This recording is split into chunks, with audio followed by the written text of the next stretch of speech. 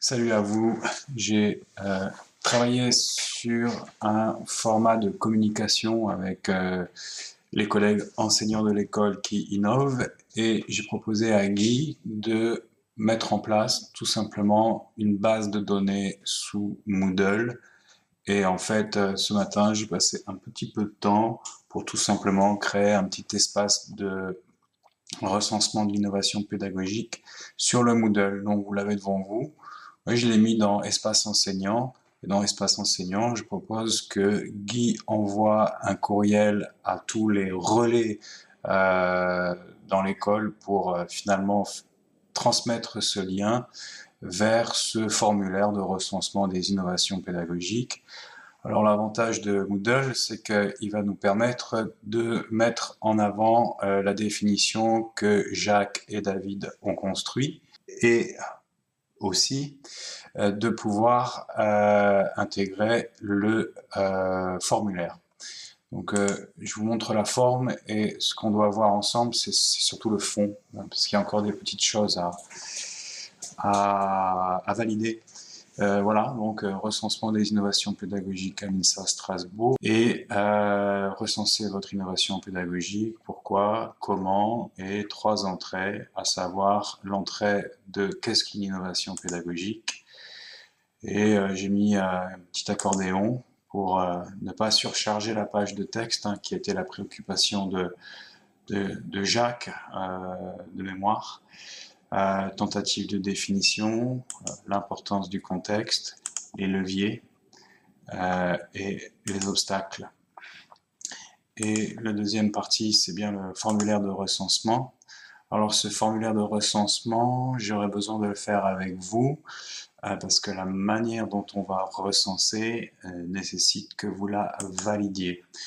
Et puis, avant de s'intéresser à ce formulaire, voilà, pour les exemples d'innovation pédagogique, ce que j'ai fait, c'est que j'ai utilisé enfin, vos exemples ou tes exemples, je ne sais pas.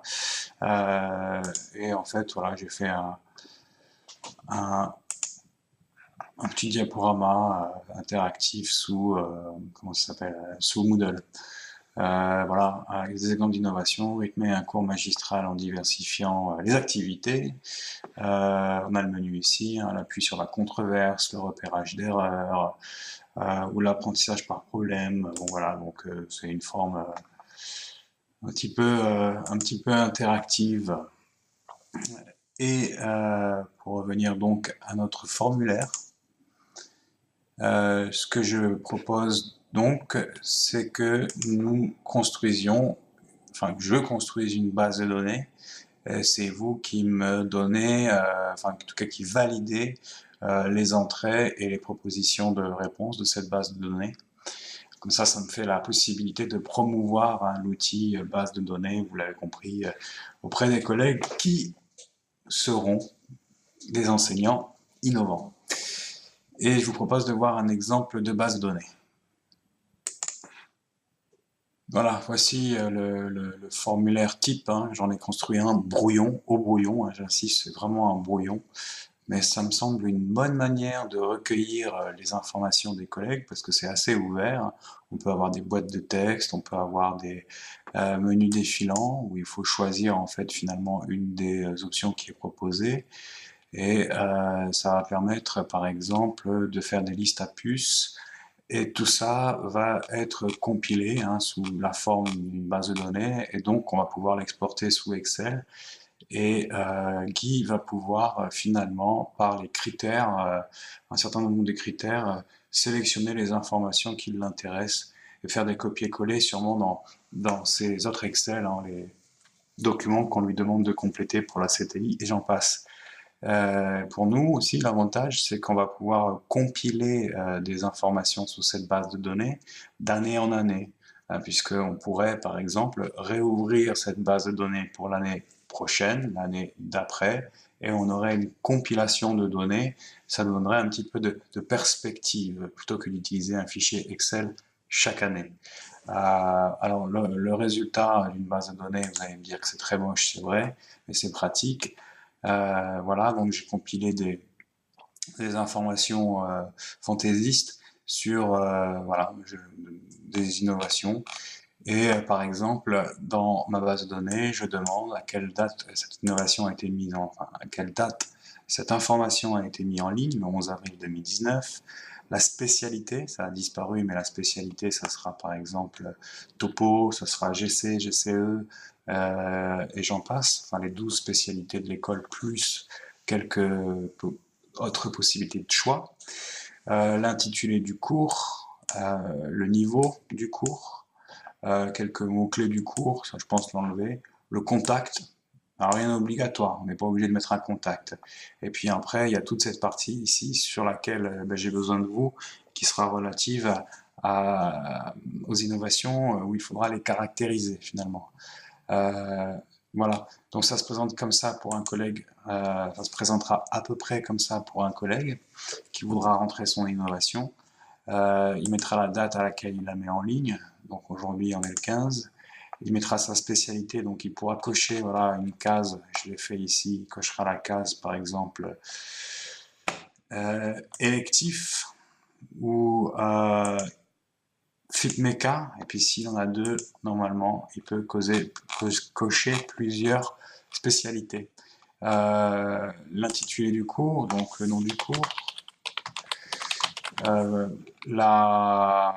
niveau, plus 2, plus 3, des mots-clés, son adresse email, et ici on aura plusieurs possibilités, donc on pourra choisir par exemple dans une liste à puces les mots-clés qui décrivent son innovation, et en l'occurrence, je pense à la lecture de votre document qu'il faudra plutôt parler de leviers, mais aussi, je crois que dans l'intérêt de Guy, qui a besoin de mots-clés comme, je ne sais pas, classe inversée ou que sais-je, donc qui sont des mots, je suis d'accord, tendance, mais ce sont ces mots tendance que les enquêtes demandent. Donc il faudra les deux, les leviers et quelques cases à cocher pour finalement identifier des mots clés de l'innovation pédagogique que les enquêtes pourront recenser, je dirais, facilement. Voilà, c'est pour cela que j'ai mis en place un document collaboratif sur lequel nous allons travailler. Et c'est ce document, finalement, validé par vos soins, qui va me permettre de construire la base de données. Et donc, je vais vous envoyer dans le courriel un lien vers ce document collaboratif. Et vous voyez, donc c'est un formulaire de recueil des innovations pédagogiques. Et j'y propose en fait des entrées, des propositions de réponse, hein, puisque je vais pouvoir mettre des listes à puces ou des menus déroulants, entre autres, et les actions que je propose donc à celui qui complète le formulaire. Savoir, on commence par la date du jour, un contact. Alors si vous estimez que pas besoin de contact, vous me mettez un commentaire en me disant le contact n'est pas nécessaire, on n'a pas besoin d'identifier une personne. Les spécialités UE, STH1, donc la liste est des 12 spécialités. Il faudra cocher une case. Un niveau, on pourra sélectionner pareil, donc son niveau en cochant quelques cases, tout simplement. Pour les cas particuliers, je pense si un enseignant a le même enseignement, donc la même innovation, mais sur plusieurs niveaux, il pourra dire je le fais aussi en bac plus 2, plus 3, plus 4 et plus 5. Là, c'est ce qui nous intéresse. Voilà. Votre innovation concerne. Et je trouvais l'idée en fait de David pas mal de cocher des cases, ça simplifie beaucoup les choses quand même. Donc je m'en suis inspiré pour cette base de données, puisque c'est ça qui m'a donné l'idée de faire une base de données. Donc je propose qu'on ait un intitulé qui dit votre IP intervient. Et là, vous voyez, je mets le texte de Jacques. Et on coche la case en fait dans laquelle on pense que son innovation pédagogique s'inscrit. Je pense que c'est un peu long, on pourrait le simplifier. Je crois que David peut-être l'avait fait.